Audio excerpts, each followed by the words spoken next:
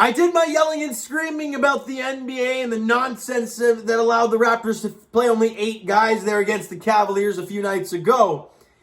Well, the good news is we had, a few players back in action tonight. We got to see Gary Trent, Malachi Flynn, and Pascal Siakam back in uniform for the Toronto Raptors. And you needed every bit of it as you were taking on the Philadelphia 76ers at Scotiabank Arena. However, unfortunately, the Raptors did drop this one 114-109 and dropped to 14-17 on the season. But honestly, I just can't be mad about this game. Like, yeah, was the ending frustrating and you had a 1-point lead late and you lose by 5 and it is tough. Don't get me wrong. But then I tone it back a bit and I think back to what this team looked like, the guys they're missing, and the effort and the fight they played with from minute 1 to minute 48. I just can't be mad at these guys. And we'll get to that in a second. We'll get to the players and whatnot. But first off, congrats to Tobias Harris, by the way, for their first career. I believe it's his first career triple-double, so congrats to him for that. And coming into the game today, Joel Embiid against Chris Boucher is the matchup at the 5 to start. And I'm then sitting here like, that's ugly looking.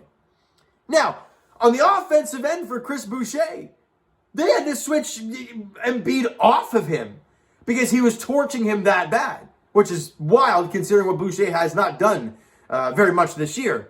But these are the type of games we look at and we're like, you can do it. Like, why do you never do it other than 1 or 2 games here and there? But on the other side, Joel Embiid, massive human, and Chris Boucher, we all know, not a big guy.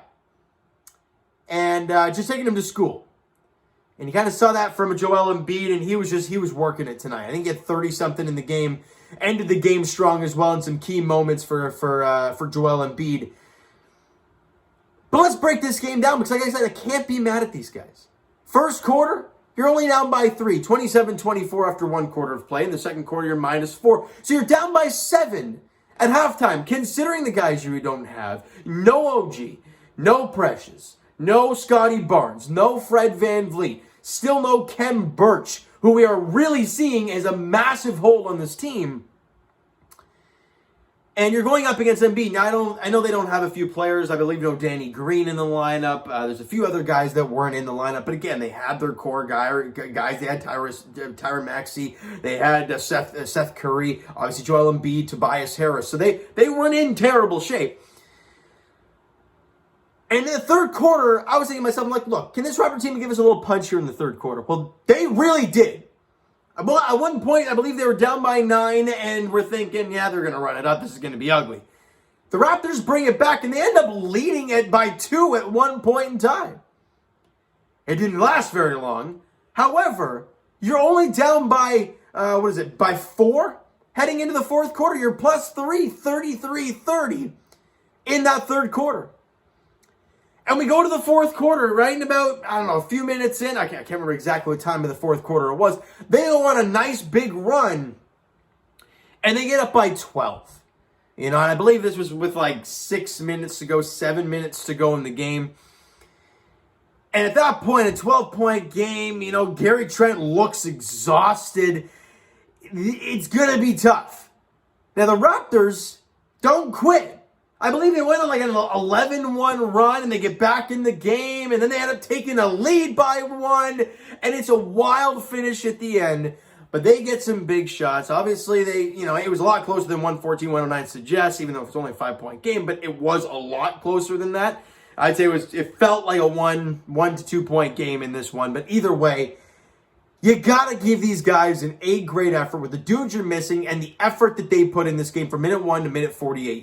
They lost the fourth quarter 29-28, and they lost by 5, and they've now lost back-to-back games. But man, oh man, you got to give these guys credit. And let's break down this game, and let's break down these players and see what they did today. First off, Chris Boucher.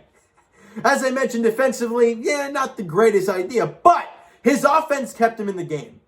Because we all saw, right? We all saw what DJ Wilson did in his first game with the Raptors. We saw that, and we're like, okay, it's a garbage game. They played terrible, but he didn't play half bad. And he's, 30 pounds heavier than Chris Boucher. He's an inch taller than Boucher. So it makes a lot more sense, size-wise, to maybe use him against a guy like Embiid.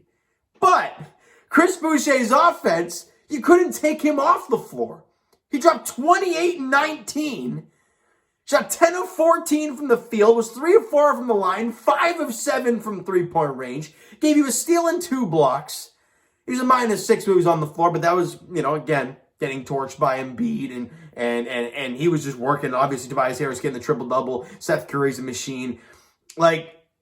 Boucher played a very good game today. And you know what? These are the type of games we look at, and we're like, man, this is why you got that contract. This is why we try our damnedest to have faith in you. This is why people, this is the love-hate with Pascal Siakam that a lot of people have, right? You see a game like this, and you're like, okay, he can do it. Because all this year, he has not done anything remotely close to it. But he was phenomenal tonight. And it's so nice to see. Gary Trent Jr., as I mentioned, the guy was exhausted. 19 points, 1 rebound. The guy had 7 assists. That right there is the red flag that Gary Trent Jr. is exhausted. 19 points, 1 board, 7 assists on 6 of 24. Shooting 3 of 5 from the line, 4 of 13 from three-point range. Had a couple steals in the game, but Gary Trent, he looked exhausted. Now, that could be COVID-related. That also could be not being able to practice with the team for as long as he wasn't. And that could be, obviously, there's probably many factors to that, right? But, again, it's just great to see him back on the floor, and I don't care what anybody says. He didn't play a great game, but I just love seeing Gary out there with the Raps. Now, Malachi Flynn played 30-plus minutes, gave you 6 points, 4 boards, 3 dimes, shot 2 of 12 from the field and 2 of 8 from 3. You really miss Fred VanVleet in a situation like that because Malachi really struggled shooting the basketball in this one. Pascal Siakam was great, especially early on, because you got to realize, right? The Raptors just came off a 45-point loss. Yes, you got a few dudes back, but you're still not fully healthy. You're still not in the greatest shape here. The 3 guys that came back were just in protocol, so they haven't been able to practice with the team for a while, so they're kind of rusty. And to see Pascal come up with 14 quick ones, it kind of gets the feet running with the Raptors, and it allowed them to kind of stay in this game and keep it tight for the majority of the contest. He ended up with 28 points, 6 rebounds, 8 assists, shot 11 of 21 from the field, 6 of 6 from the line, missed all 4 threes he took, but his mid-range game was money tonight, and getting in the paint was great, so a fantastic job for Pascal, and a steal and an assist as well for him. Now let's get to our... Actually, no, Yuta got the start as well, and I gotta say, look, Yuta Watanabe, we talked about it off the start of the season. If this guy can shoot the ball, I'll be pleasantly surprised and just extremely happy with Yuta. 10 points, 4 boards, couple assists, 4 of 6 shooting, 2 of 3 from 3. That is a totally fine stat line for Yuta because you know also what defense you're going to get from him on every possession possible. And that's the type of stuff I love to see from Yuta. Fantastic job. Svi Mykhailiuk off the bench, played 20-odd minutes. We had 9 points, 3 assists on 3 of 6 shooting from the field, 1 of 1 from the line, 2 of 4 from three-point range, so he didn't hurt you at all. And DJ Wilson, he played, 15 minutes? Maybe not. I think it might have even been 13 minutes. 9 points, 6 boards, was 2 of 3 from the field, 5 of 6, I believe that is, from the free throw line, plus 12 on the floor. Yeah, plus 12. I mean, I would have liked to see him face Embiid a little bit more, but I get the Boucher scenario. I understand it. But DJ Wilson, in his couple games with the Toronto Raptors, has been pretty damn good. And a guy that has size that the Raptors don't have, you got to keep him around. Obviously, 10-day contracts come and go after 10 days. So what do you do with DJ Wilson? The other guys, Tremont Waters, Juwan Morgan, all those guys, haven't really made this type of impact that we've seen from DJ. Now, obviously, DJ has the most experience of all these guys, but you're seeing it. So what do you want to do with DJ Wilson after the 10-day contract? I want to get your thoughts in the comments below. Now, Philly shot 44% from the field, 47% from three-point range. They were money from beyond the arc. 84% from the free throw line. The Raptors shot 44% from the field as well. Shot 37% from three-point range and 82% from the free throw line. I can't be mad at these guys. Watching Chris Boucher ball out and go 28-19, watching Pascal in his first game back give you 28, 6, and 8.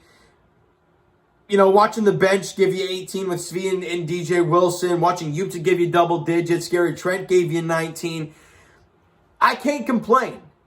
You know, and with the roster that it looks like right now, and it still sucks to not see guys like OG and Fred out there with this lineup, because you replace Malachi with Fred, you probably win this basketball game today, and it's frustrating, but it is what it is. The situation is what it is, and I was mad about the last game and not this game because I have a 45-point deficit with nobody in the lineup. You had some regulars in today, and you only lose by 5. So that's why I'm not upset about this one for the Toronto Raptors. Now, the next contest, and hoping we have some more guys back for that, is on New Year's Eve on Friday night, as the Raptors host the Los Angeles Clippers. 7:30 tip-off there. Can they get back into the win column against the Clippers? I don't know. We'll have to wait and see. We'll have to see who's even playing for the Toronto Raptors there on New Year's Eve. All right, so guys, you know what? That is going to do it for this one. If you enjoyed the video and enjoyed the game overall today, because it was an entertaining one at that, smack that like button to appreciate that. Hit the subscribe button. You guys know already. Comment down below thoughts on the video, thoughts on the game. Would you like, would you not like from today's game for the Toronto Raptors? Twitter link is down below, so follow up, send me a DM to that great stuff. The Instagram link is down below. Follow up, send me a DM, do that great stuff. Follow up, all that great stuff, guys. The links are down in the description.